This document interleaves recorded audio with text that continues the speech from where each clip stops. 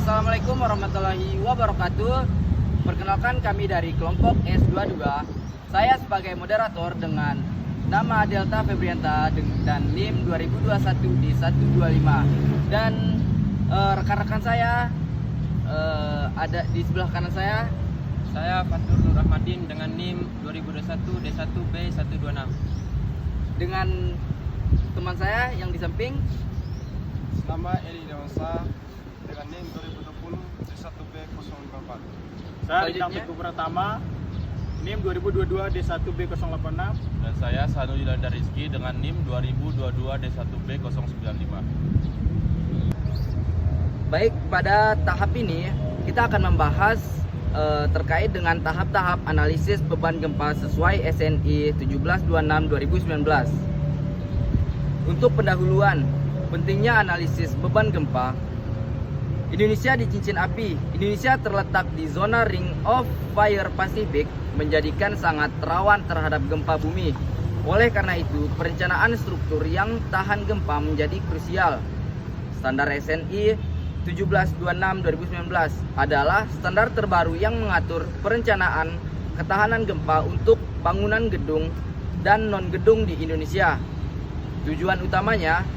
Tujuan dari analisis ini adalah memastikan bahwa setiap bangunan memiliki keamanan dan efisiensi struktur yang memadai dan menghadapi potensi gempa. Selanjutnya untuk tahapan 1, penentuan parameter gempa dasar. Identifikasi lokasi dan tanah. Tentukan secara akurat lokasi bangunan atau koordinator geografis. Klasifikasi tipe tanah atau site class sesuai SNI 1726/2019 yang mempengaruhi amplifikasi gelombang gempa.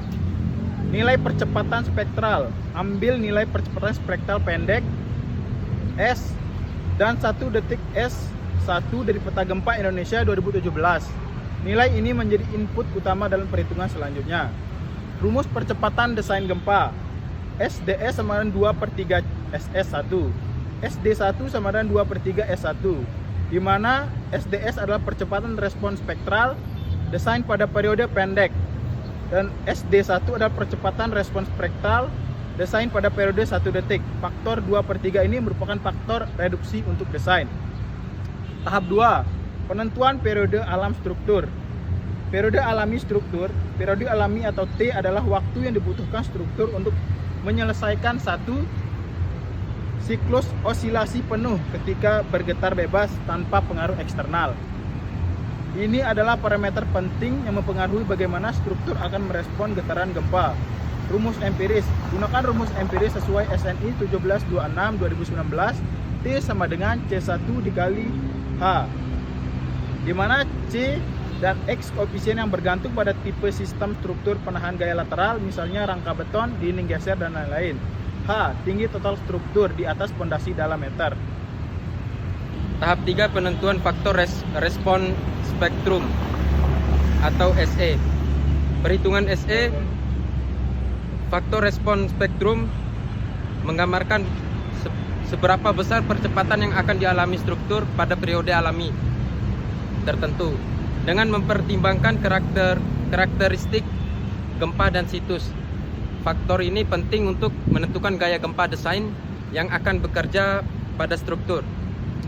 Parameter kritis, periode transisi, dan membagi kurva spektrum respon menjadi 3 daerah. Daerah periode pendek, daerah periode menengah, dan daerah periode panjang. Tahap 4, perhitungan gaya dasar gempa. Gaya geser dasar atau tahap 4, perhitungan gaya dasar gempa. Gaya geser dasar. Gaya dasar gempa atau dasar adalah gaya geser horizontal total yang bekerja pada dasar bangunan akibat gempa. Ini merupakan gaya total yang harus ditahan oleh sistem struktur bangunan. Perhitungan ini sangat vital untuk dimensi elemen struktural. Faktor penting lainnya, faktor respon reduksi, mencerminkan kapasitas sistem struktur untuk mereduksi gaya gempa melalui duktilitas dan peredaman. Faktor penting bangunan: mengklarifikasikan tingkat kepentingan fungsional bangunan, atau misalnya rumah sakit memiliki lebih tinggi dari hunian biasa. Pemahaman yang cermat terdapat R dan IE sangat esensial untuk hasil yang akurat. Tahap 5, distribusi gaya gempa ke tiap lantai. Konsep distribusi: setelah gaya geser dasar V dihitung, gaya ini harus didistribusikan ke setiap lantai bangunan sebagai gaya gempa lateral atau F.X. Distribusi ini mencerminkan bagaimana gaya inersia akibat gempa akan bekerja pada setiap tingkat struktur. Faktor yang mempengaruhi, yang pertama itu berat lantai. Lantai dengan berat lebih besar akan menerima gaya gempa yang lebih besar. Untuk yang kedua, elevasi lantai. Lantai yang lebih tinggi dari dasar cenderung menerima gaya gempa yang lebih besar karena efek momen dan percepatan yang meningkat. Untuk tahap 6, analisis struktur dan evaluasi drift. Metode analisis untuk memahami respon struktur terhadap gaya gempa yang didistribusikan. Digunakan dua metode utama. Untuk yang pertama, analisis statistik ekuivalen, pendekatan sederhana untuk struktur reguler. Dan yang kedua, analisis spektrum respon dinamik, lebih detail dan akurat, cocok untuk struktur kompleks, perpindahan dan drift. Analisis ini menghasilkan perpindahan lateral atau pergerakan horizontal dan drift antar lantai atau perpindahan relatif antar dua lantai yang berdekatan. Drift ini adalah indikator kunci kerusakan non-struktural dan potensial kegagalan struktur. Batas drift maksimum SNI 1726 2019 menetapkan batas maksimum untuk drift antar lantai untuk memastikan integritas struktur dan keselamatan penghuni. Contoh batasan di mana delta max drift antar lantai maksimum yang diizinkan. Yang kedua, tinggi antar lantai. Penting untuk memverifikasi bahwa struktur memenuhi batasan ini. Iya, saya akan melanjutkan pembahasan teman saya tadi. Ya, masuk ke tahap 7 ada verifikasi kapasitas elemen struktur. Ada 3, yaitu membandingkan gaya dan kapasitas. Yang kedua, standar referensi. Yang ketiga, tujuan verifikasi. 1. Membandingkan gaya dan kapasitas.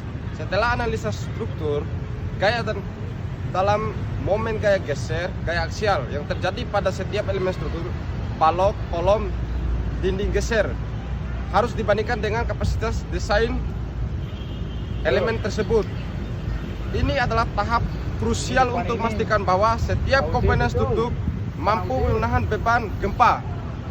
Yang kedua yaitu standar referensi.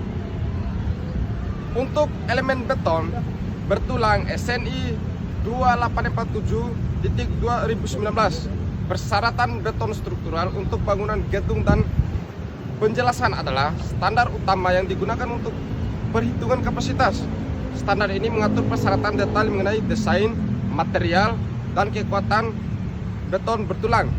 3. Tujuan verifikasi. Tujuan utamanya adalah memastikan tidak terjadi kegagalan pada elemen struktur utama ketika bangunan mengalami beban gempa desain. Ini melibatkan pemeriksaan terhadap 1. Kekuatan lentur atau momen, 2. Kekuatan geser, 3. Kekuatan aksial, tekan atau tarik. Jika kapasitas tidak mencukupi, elemen harus didesain ulang. Itu untuk penjelasan tahap 7. Nah, untuk kesimpulannya yaitu ada 4. 1. Rekomendasi keamanan, 2. Pendekatan sistematis, 3. Struktur tahap gempa, 4. Rekomendasi software. 1. Peningkatan keamanan SNI 1726/2019 dengan pembaruan peta gempa dan parameter secara signifikan meningkatkan standar keamanan bangunan terhadap risiko gempa. Pendekatan sistematis. Analisa beban gempa harus dilakukan secara sistematis dan secara signifikan meningkatkan standar keamanan bangunan terhadap setiap langkah dengan cermat untuk hasil yang akurat. 3. Rekomendasi software untuk akurasi dan efisiensi sangat direkomendasikan menggunakan software analisa struktur profesional seperti ATEPS atau SAP 2000. Mungkin itu saja. Sekian presentasi dari kelompok kami. Sekian dan terima kasih. Assalamualaikum warahmatullahi wabarakatuh. Waalaikumsalam warahmatullahi wabarakatuh.